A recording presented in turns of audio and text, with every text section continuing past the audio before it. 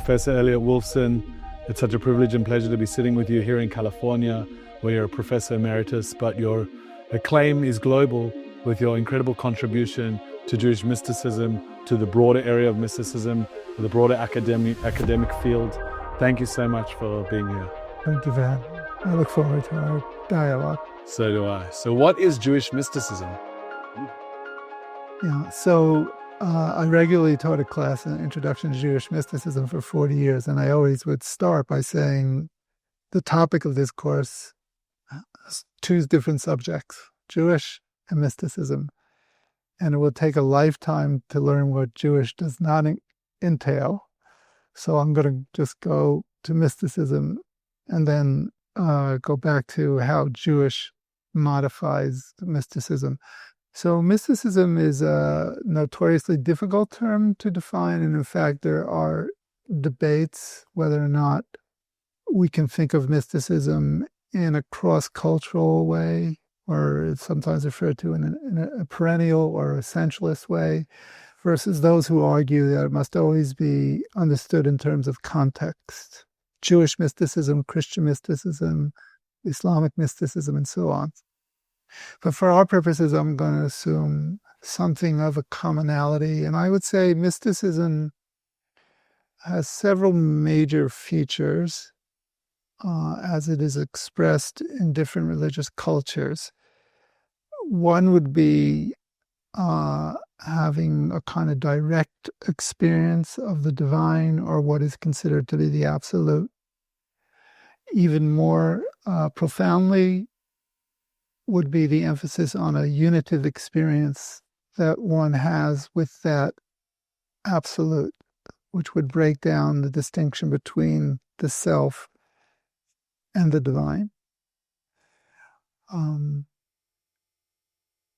Mysticism also often entails meditational or contemplative practices that bring the individual to that ecstatic state, either of being in the direct presence of the divine or actually becoming one with the divine.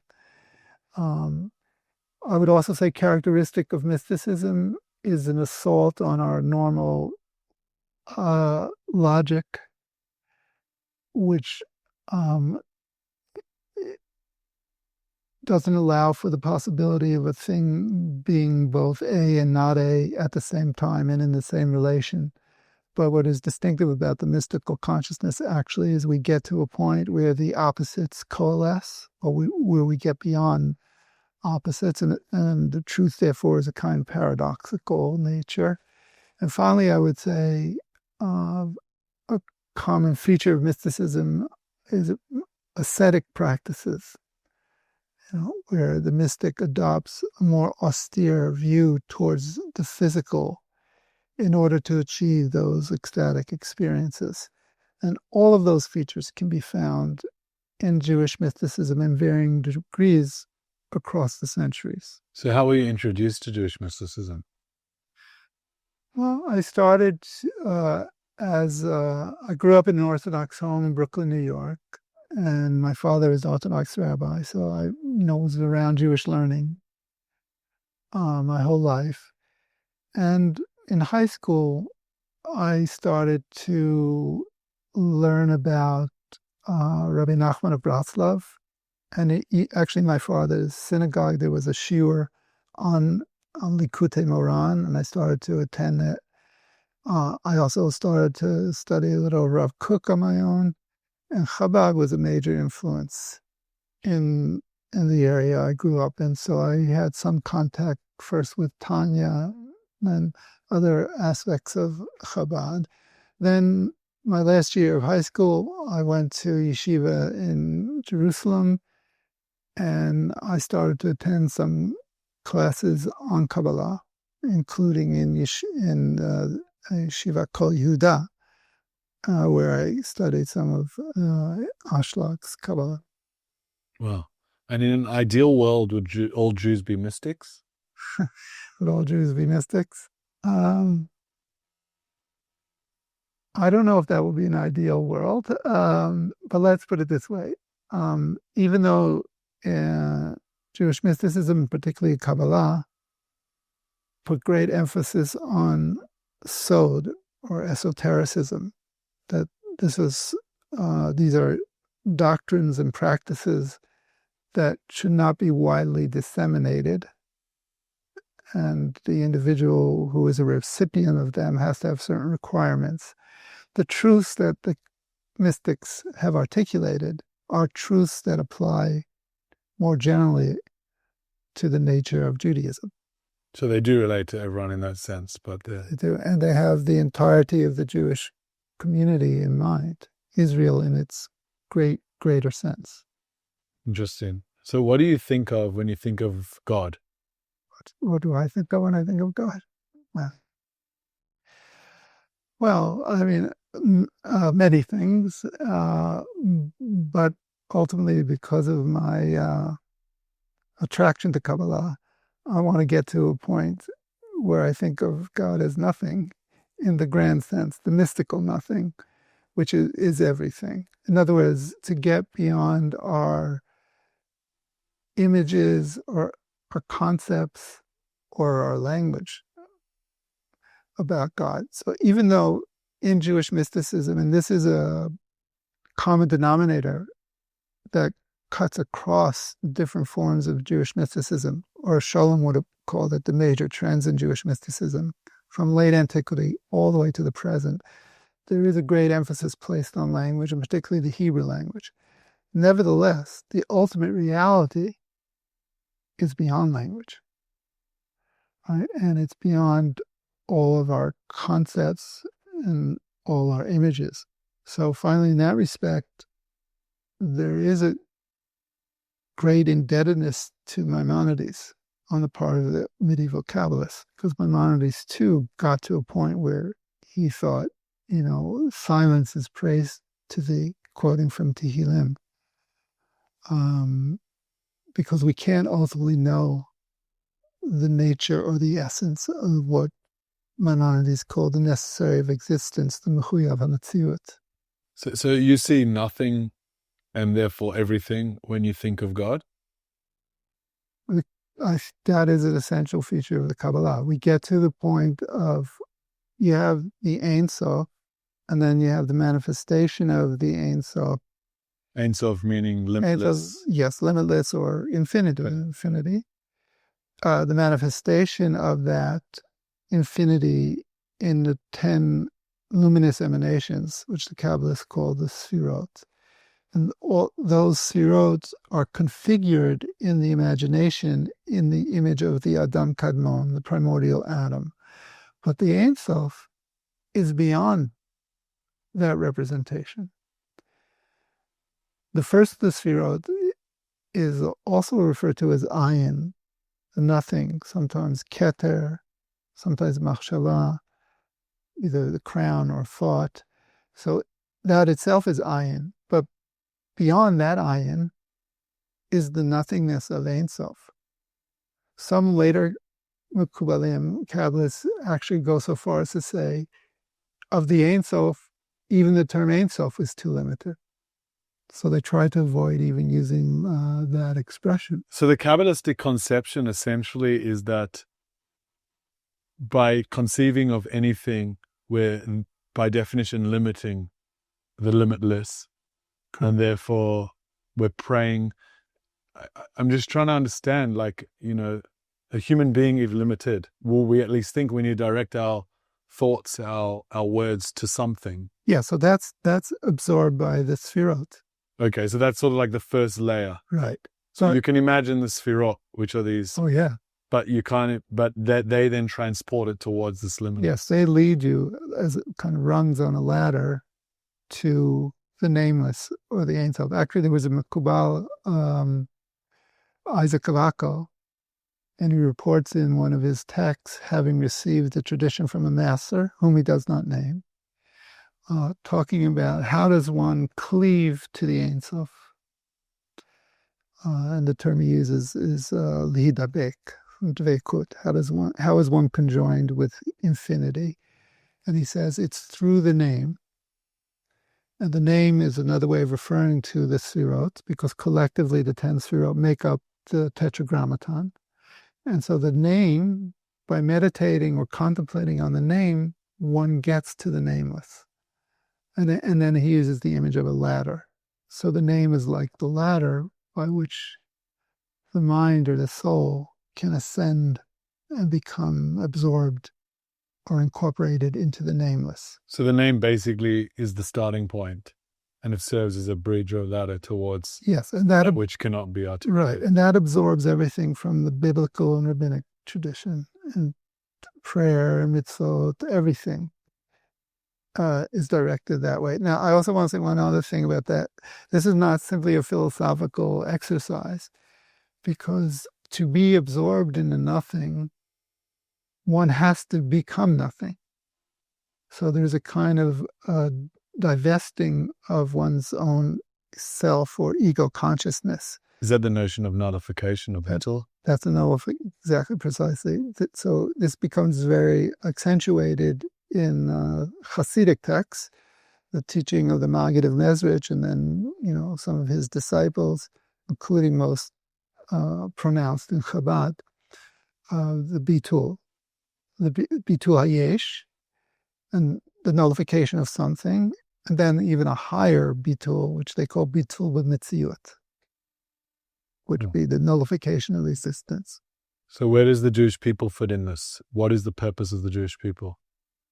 Jewish people are instrumental insofar as they are the ethnos, they are the community that, first of all, is invested with the keeping of the commandments and safeguarding the Torah. And that has the theurgical means of unifying the divine emanations. And particularly this is often expressed in terms of the unification of the masculine and the feminine, which is a quite distinctive feature of the Kabbala in terms of the history of Judaism. And then, as it relates to what we were just talking about, the Jewish people have the ability to achieve that state of nothingness or nullification. So it's sort of like a collective vehicle that is there to be able to bring that about. Yeah. And then how does prayer work? Well, prayer, the passage that I chose from the Zohar deals actually directly with prayer. So prayer works exactly according to that mechanics that I was just briefly describing. Namely, it's about triggering an overflow down into the last of the Sfirot, which is the Shekhinah. And that overflow facilitates a kind of union between the masculine and the feminine within the divine. And so broadly speaking, the masculine is the attribute of chesed, of loving kindness, and the feminine is the attribute of gvura, strength, or din, judgment. And the union of the divine is the conjunction of those two. That once the Shekhinah receives the overflow through the prayers of Israel going up from below, there's an overflow from it of blessings into the world that sustain the world. So it sounds like you're sort of drawing out a metaphysical map that is basically the underpinnings of existence. And, someone might just open a siddur, a prayer book, and just be saying these words. But what's happening is there's this sort of transformative experience going on. Yeah. I mean, eventually they added into the Siburim L'Shem Yichud Kudshei Baruch Hu Shechintei. So that, which is a special preface at the beginning of certain prayers. Yeah, and that clearly reflects the impact of Kabbalists, which is the intention of unifying. Yeah, but again, to kind of return to a question we were addressing a moment ago, it doesn't matter to the Kabbalists whether the worshiper understands or doesn't understand, because the effect of the worship is what it is. But there is a debate in the Talmud about, if prayers or commandments require intention, mitzvot tzricha kavana. That's true. So to the Kabbalists, are you saying that Well, is less important? no, I wouldn't say that, but the effect of what is going on. So the there's sort of like a dual thing. There's sort of like the intention and the action. Regardless of the intention, the action happens, which has a metaphysical consequence, which is separate from that notion. Right. Now, ideally, of course, the proper intention is required. So that's why you get the kavanot. This becomes especially prominent in the Lurianic Kabbala in the 16th century and in the following centuries, 17th and 18th centuries. So ideally for a Kabbalist, it's called tzrichot kavanah. Yeah. But the point I was making is whether or not the intention is there, the process unfolds as it unfolds. If I drop water on a plant, the plant will grow, regardless if I intended to or not. Right, exactly. And what is the goal of Torah study? Torah study would be, to unify the attributes of the divine, and again, primarily through the prism of the masculine and the feminine. So this would be expressed as Torah shebechtav, the written Torah is the masculine, Torah shebal peh, the oral Torah is the feminine. And of course, the Kabbalists, since they're intrinsically part of the rabbinic culture, understood the dual Torah. So Torah study always involves both. So then, what's the fundamental difference between the prayer study and the prayer and the study? Meaning that are they just two routes to the same destination of unification, or is there a fundamental difference? I would opt for the former. That is, say, the two routes to the same destination. But one does need to do both. One does, yes, one has to do both. Right. But if I was trying to go to a destination, I could just take one path. True. The logic you articulate is valid, but I think I'm trying to think here how to express it. Maybe in terms of klal and prat, collective and individual. Yeah. So Torah study is kind of the klal here, and then the prayer is one of the... sorry, not collective and individual here, you mean sort of principle. The general and the particular. Yeah. And so prayer would be like other mitzvot, other commandments, would be, the prate pratim, which are all contained in the klal. Interesting. So, okay, fine. So Torah study is sort of like the highest level and includes everything. And then one of the avenues is the prayer. Wow. Yeah. Gadol Torah, Gadol Talmud Shemivi Lidei Maaseh, right? The famous debate in the Talmud of Maaseh. The learning is the highest because it brings to action. And what about, you talked about masculine and feminine. I understand that is specific principles when applied within Jewish mysticism. Does the mysticism view men and women as the same? No, because it's still working within the kind of the rabbinic ethos, so the number of commandments where women are obligated in is far fewer than that of the men.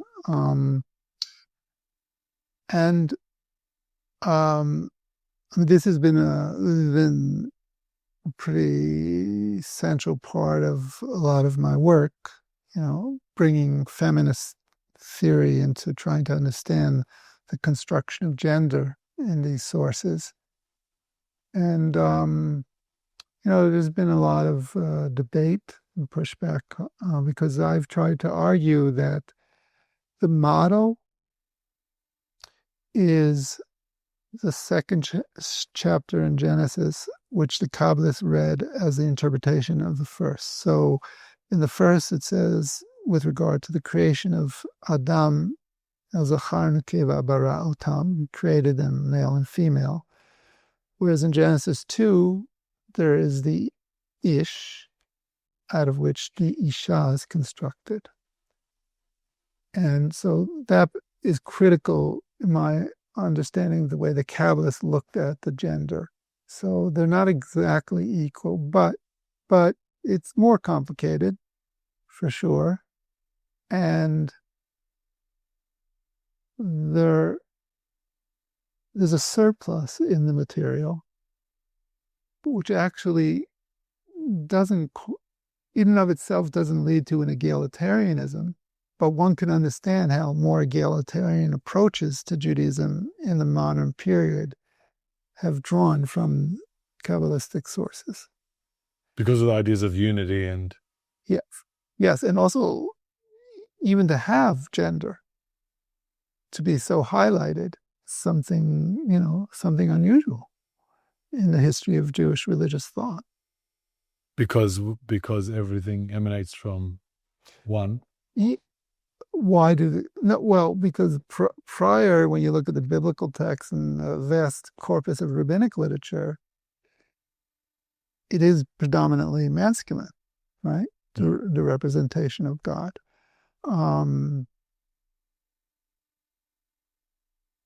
So the fact that the Kabbalists allow this in is already something of a major shift and contribution. Should Judaism be hard or easy in the mystical tradition? Oh, it's one of the hardest, for sure. I don't know what it should be, but I can tell you factually that it is. It requires, to enter into the Pardes, into the orchard of mystical speculation in Judaism, is not an easy matter. It requires a lot of knowledge, a lot of languages. And then, if one doesn't only approach it as an academic, but as a practitioner, it's extremely demanding. Wow. You highlight the difference between an academic and a practitioner. You articulate beautifully the way these concepts work. Do you see Torah study on a personal level as a commandment that you're achieving? Do you personally pray? How do you sort of... Well, I still every now and then connect to communal prayer, but I'm not sure you were asking me exactly about that. I do think that my own dedication to the study of this material and what I write is an act of prayer. And of Torah study. And of Torah study, for sure. Why did God create the world? You want me to answer from a Kabbalistic perspective? Well, from a Kabbalistic perspective, so I'm going to answer that by what Chaim Vital, major disciple of Isaac Luria in the 16th century, he argues that before the world existed, Ein Sof filled all worlds. Of course, filled all worlds is a rhetorical trope to say there were no worlds, because all there was the light of infinity. So there had to be a tzimtzum, a contraction, and or withdrawal of the light to create a makom panoi, an empty space, or a halal, a vacuum, in which worlds other than Ein Sof could be created. And Chaim Vital says, why was that necessary? In order for God to exercise his quality of chesed, to have loving kindness upon the other. Are you paraphrasing the beginning of Eitz Chaim, of Tree of Life? Exactly, yeah. And so that was the purpose of it, really, for God to bestow his benevolence. Yes, exactly. So for that to be affected, there has to be some sense of other, right? And in terms of the language of the Lurianic Kabbalists, beginning with Luria himself, and actually he didn't write too much, but what I'm now going to say is actually one of the texts that he actually authored. After the Tzimtzum, there is then the creation of the Or and the Kli, the light and the vessel. And that's already a sense of difference. right? Because before, when there's just the or, It's all the same. it's non-differentiated. Oh. So can humans do something against God's will? Oh, absolutely. All the time they do. Yeah, that's the, transgression. And that creates a kind of rupture in the divine, separation of the masculine and the feminine. And again, in terms of Kabbalat Ari, the process unfolds that at a certain point, the kalim, the vessels, weren't strong enough to hold the light, and that created a shvirat kalim, a breaking of the vessels. Now, that first break was a rupture within the divine. It wasn't caused by anything outside of the divine. But then that is rectified, and it's not broken again until the sin of Adam and Eve in the Garden of Eden. And then that gets rectified at Sinai, and that's broken again with the Egel Zahav, the golden calf. And we are still historically living within that break. So those breaks, even the building of the temple, which went far to creating the mechanism for unification, it still wasn't perfect yet. That will only be, according to them, in Yemot HaMashiach, the days of the Messiah. So in answer to your question, with the exception of that first break, all the other breaks are dependent on human transgression. So you said that will only be rectified ultimately in Yemot HaMashiach in the Messianic era. What do you think of when you think of the word Mashiach, of the Messiah? What do I think of? Again, I could tell you what I think kabbalistically.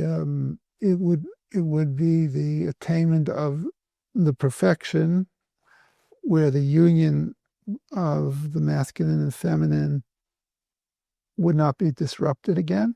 It will be consummate, so perfect. And Luria also describes this as the liberation of the sparks of light that were attached to the shards of the vessels, and a restoration of those sparks back into infinity. How that looks in terms of history is not entirely clear. Even among the Kabbalists? I don't think so. Sometimes it seems like it will be a period of desolation. There's a teaching of Rav Katina and Sanhedrin that the world is 6 millennia, and then Chad Haruf, then a period of desolation. It seems to me that, Luria, after the coming of the Messiah, what is initiated is that period of desolation, or even you might call it a cosmic Sabbath. After or before? After. Because but that doesn't last forever. Remember, you have 2,000 years of Tohu, 2,000 years of Torah, and 2,000 years of Mashiach. And so the Mashiach is supposed to come sometime within those last 2,000 years. Which we're coming close to. Yeah. So is the state of Israel part of that final redemption? Yeah, of course. I mean, Kibbutz Galiot, the return of the gathering of exiles. Leaving the diaspora and returning to Israel, the land of Israel, and the rebuilding of a temple. And all of that is a part of the Messianic vision. Do you sometimes, when you're reading the texts of Vital and of Luria, think like, what would they think if they saw the state of Israel and the trajectory since Mimporio? I do think about that. And it's hard for me to imagine that they could have imagined what a modern state of Israel looks like, with military power and a police force and all the other factors which are necessary for a modern state. I'm not exactly sure how they would imagine that. What is the greatest challenge facing the world today? Well, the lack of the turmoil in Israel and Gaza is a big problem. I find. I mean, for the Jewish people, not just for those who live within the boundaries of Israel. I mean, I think it's had a real impact on the body politic of Israel, and it's unleashed, as we've seen, quite a bit of anti-Semitism, both in word and in deed.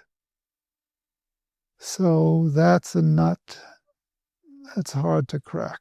But I think that's the biggest problem. Oh. And how has modernity changed Jewish mysticism? Well, it's opened it up. Obviously, the last century. First of all, let's start with the academic. There's a whole academic discipline, the study of Jewish mysticism, which really grew exponentially in the 20th century and into the 21st century. And we have so many scholars now. I myself trained 22 doctoral students who finished. I had more, but 22 finished. Wow. And then, of course, the great scholars in Israel have trained many as well. And some of my students are now training students. So that's a big change. But then also in terms of wider appeal, there's no question about that. There's been a popularization of Kabbala, sometimes not to my liking, but I can't deny it. We talked at the beginning about Jewish mysticism and you separated the two terms. What is the difference between Jewish mysticism and mysticism of other religions or other traditions? So I do find that all the characteristics I delineated under mysticism are found in Jewish sources, but they have the particular coloring of Judaism, right? So, like the example I gave before in terms of the name being the ladder by means of which one is incorporated with or united with the namelessness of the infinite. So that's a classical example of what we call unio mystica, mystical union, but it's expressed very specifically in terms of the Jewish tradition and the Tetragrammaton. The characterization of the divine as male and female and the theurgical efficacy of the commandments, all that assumes the specific coloration of the Jewish tradition.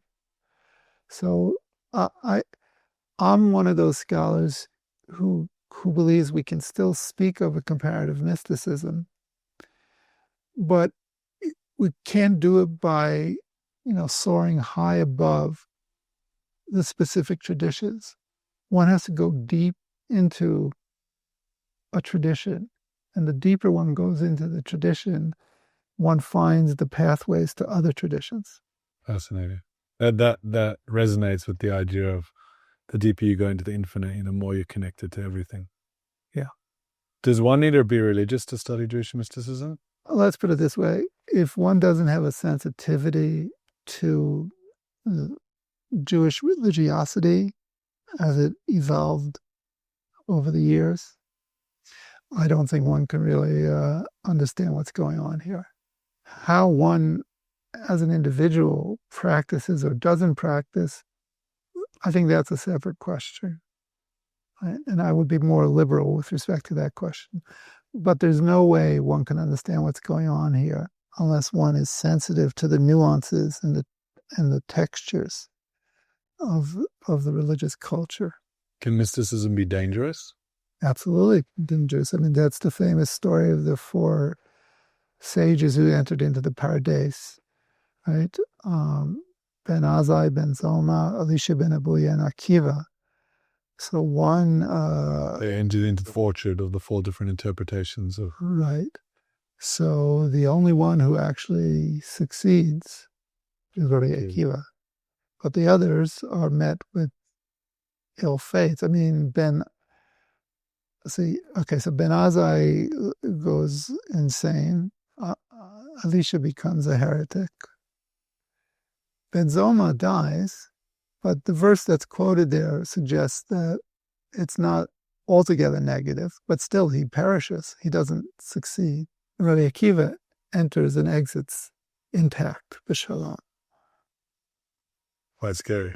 Yeah, so it's definitely imparting to us the dangers of mystical speculation. How has Jewish mysticism affected your relationships with yourself, with others, with those around you? Well, anybody who knows me knows that it's an essential part of my being and who I am. I don't discuss it much with, honestly, with friends, or even, right now, or even relationships I've had so much. I much keep it to myself. But everyone understands that so it's the lavush I wear. It's the garment that I wear in this world.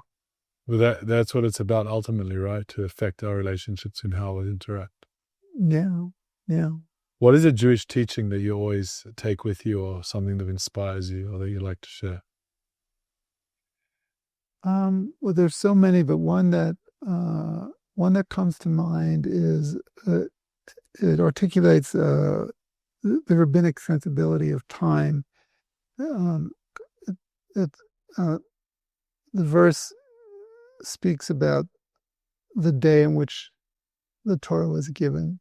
So the rabbis midrashically interpret that hayom, the day, is something that it constantly recurs. Every time you study the Torah, it's as if the Torah was given again at Sinai. So there is a reliving or re-experience of the Sinaitic revelation through the interpretive process of study. And that always grabs my imagination, because the rabbis are saying that the past itself is not something fixed. It remains open and can be recreated, reformulated again as a present going into the future.